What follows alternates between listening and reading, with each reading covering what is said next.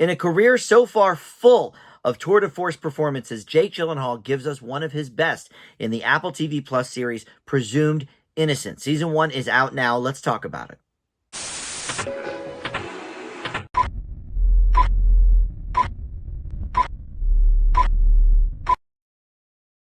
Hey guys, Dan here. This is Dan Reviews It. Welcome to my TV review for Presumed Innocent. This is streaming on Apple TV Plus, and season 1 consists of 8 episodes. And I think it was originally designed as a miniseries, but Apple TV must have liked what they were seeing, so they decided to go with a follow-up season. And I have to think it might be an anthology, because the case in this was completely wrapped up. I don't know that we need to see more from the specific people in season 1 either. So they may go for season 2 with a whole new set of cast members and what have you. I don't know. But this is based on a book by Scott Turow in the 80s, and that was made into a Harrison Ford movie in 1990. But again, all of this sort of closed-ended. So I'm intrigued by the fact that we're getting a season 2 of this. But anyway, this is all about season 1, so we will talk about that here in just a second. First, though, let me welcome you back to the channel. If you are a Dan Reviews It subscriber already, thank you so much for that. Love it when you guys return to the channel and check out my new videos. But if you're not a subscriber, please consider doing so down there, and click the notification bell while you're at it so you get the alerts for all my new video drops. I do try to post every day. And you could just like this video or comment below. That stuff helps the channel out tremendously as well. All right, so it's interesting that this movie came out in 1990, that this show is sort of based on. It's also based on the book, of course, but in 2025, I've been trying to watch a movie every single day, and so far I've succeeded in that. And once a week, I try to check out a classic movie I've never seen before on one of its big anniversaries, like an increment of 5 anniversaries. So in July of 1990, Presumed Innocent, the movie, came out with Harrison Ford. So I may tackle that one when July rolls around, so I can, sort of compare and contrast with this now that I've seen this show. So I don't know, could be interesting. But in any event, this is, of course, all about the series. So this takes a look at Rusty Sabich, who is the Jake Gyllenhaal character, and he is a prosecutor who ends up becoming the prime suspect in the murder of a colleague of his with whom he was having an affair, and it turns out that she was actually pregnant with his child. He didn't realize that at the time, but will the judge and the jury believe that? And so he is now tasked with defending himself, amongst some other of his colleagues, but, against some of his other now former colleagues, including Peter Sarsgaard, who plays Tommy here. And it's interesting. About halfway through, I binged this whole series in, I guess, 3 days. But about halfway through, like episode 3 or 4, I was like, wait a second.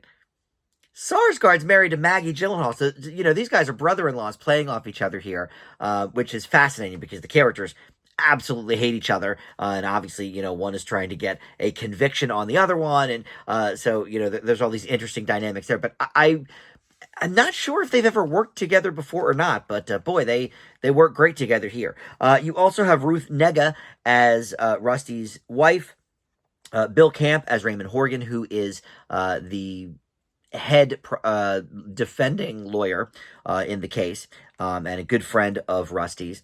And the gal who is murdered, she appears in flashbacks in many of the episodes, and she is played by Renate Rensby. I still don't know how to pronounce that name. I apologize, but she was in this movie a few years ago called The Worst Person in the World, and she's been popping up more and more lately, so interesting to see her. But, all right, so let's talk about it. This is created for the small screen by David E. Kelley, and he had a hand in writing or co-writing every single episode. Now, David E. Kelley, if you don't remember, was huge on television in the 90s and the 2000s with his productions. He created things like The Practice, great legal show, Ally McBeal, more of a lighthearted legal show, but still has that legal element to it, and some other things that weren't necessarily legal-based specifically, but had courtroom elements like picket fences, for example. But he's still a pretty big name in the industry. He had a show on ABC a few years ago called Big Sky. And so when I found out that he was part of this, I knew I was in for something very special because I don't know if he's a former lawyer or what his deal is, but he is very, very good at, writing these legal dramas. And it also helps that the direction of each episode was handled by one person or another. Anne Sawitsky or Greg Yatanes. Not really familiar with them, but one of the two of them directed every single episode. So you have here 8 episodes that feel the same. They look the same. They all present the same way. And I think that's important. These miniseries, a lot of times, and I don't know whether it's because for whatever reason, people are working on too many projects at once or what have you. But, a lot of these 6, 8, 10 episode seasons or miniseries, you'll have like 4 or 5 people directing different episodes, and the writers, maybe the creator writes the first episode or 2 and then hands over the reins. I love that David E. Kelley was involved in the script for all 8 of these episodes, whether doing it himself or with his team. This is a really, really intense legal thriller. One of the best, certainly I've seen on TV, but even film-wise, and that's why I really am interested to see how the movie acts. Harrison Ford, obviously a great actor, and I wouldn't think that the material is necessarily dated. Certainly, this show uses a lot of technology that they did not have at the time of the book or the original movie, because it is set in the present day. So, there's a lot of, cams, like neighbor cams and stuff, for example, and obviously DNA was not really in full effect in 1987 when the book came out, or in 1990 even. That really started making its play with the OJ stuff in the early 90s. But anyway, so that factors in heavily. So I'm not a huge reader. I do like to read, but I just don't have a lot of time to do it. But I am curious, actually, of how the book handles some of these things too, because certainly this brings it up to the present, and there's a lot of things that are here that wouldn't have been in the book. But look, aside from the fact that these cliffhangers at the end of the episodes are like jaw-dropping, I sort of hinted at one earlier, but just in that first episode, that's when we find out at the end that something's going on specifically. And each episode ends with, a jaw-dropping moment. David E. Kelley certainly knows how to do that. And it all seems very realistic as well. The way that, the courtroom is proceeding, and the way that the prosecutors would attack this, and the way that Gyllenhaal's character Rusty is, trying to defend himself. And we don't actually find out until the last 15 or 20 minutes or so if he is guilty or not. And I think that's interesting. A lot of shows like this, they'll either, spoon feed you up front, okay, yes, he did this, or no, he didn't. And so now we, as the audience, are like, okay, X, Y, and Z. He maintains his innocence, throughout, but as the audience, we're like, well, he could, certainly be lying too. So I think that's an interesting aspect too. But look, a lot of this boils down to the performances, and my God, are we hitting home runs there. Jake Gyllenhaal, look, I think he is one of the finest actors I guess he's in my generation, right? I'm 47. He's probably somewhere around there, right? I mean, he's been doing this for a long, long time. And it surprises me that he has not gotten an Oscar. He's, I think, been nominated a couple of times. But, you take a look at something like a movie that nobody talks about, Southpaw, where he just is so intense, and it's just such an incredible performance. Here, he gets to do that for 8 episodes straight.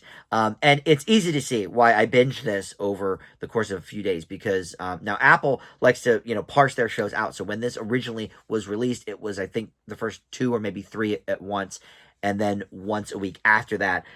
This is one of these shows where it's like, I would have a hard time waiting, I think, a whole week to find out what happens next. This is so, so well written in regards to the case and his character and everything. But the acting.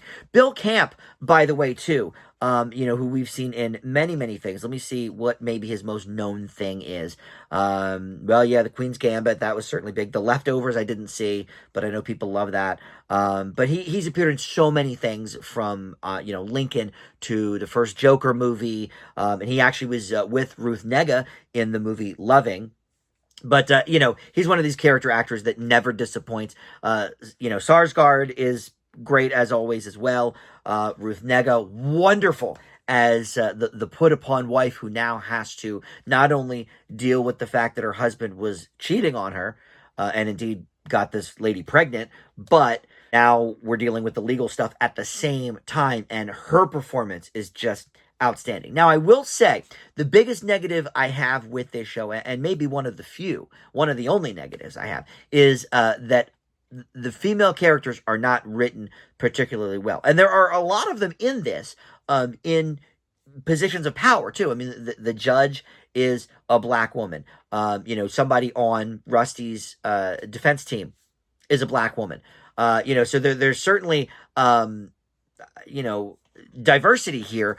But I feel like other than Ruth Negga's character, we see her not only dealing with things at home and in her personal life, but we also see a few scenes of her at the therapist where, they're sort of talking things out. And so that adds another layer. So I like the way her character is written. All these other female characters, though, are not written particularly well. And obviously, we don't get a whole lot of time with the victim since it's just through flashbacks. But it's almost like she's barely a character, too. Like, some of it, I'm like, why did we even need to put her in here if we're going to almost do nothing with that character? But at the same time, I do think we have to reel some of that stuff back. Especially, her last moments, because we don't know as the audience, whether the Rusty character is the killer or not. So, look, that might be one negative overall, but this is easily one of the best legal dramas I have seen in a long, long time. David E. Kelley has done it again,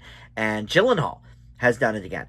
I'm curious to see what's going to happen with a season 2. My guess, like I said, is they'll go the more, the route of having it be different characters, different cast members, and just a different story entirely, a different crime, maybe another murder, but with different cast in tow. But for now, we've got season 1, and I leave it with a very strong A-, and you can check that out on Apple TV Plus. There are 8 episodes, and like I said, easy to binge with everything going on in here. So, all right, thank you so much for watching Dan Reviews It, and I'll see you next time.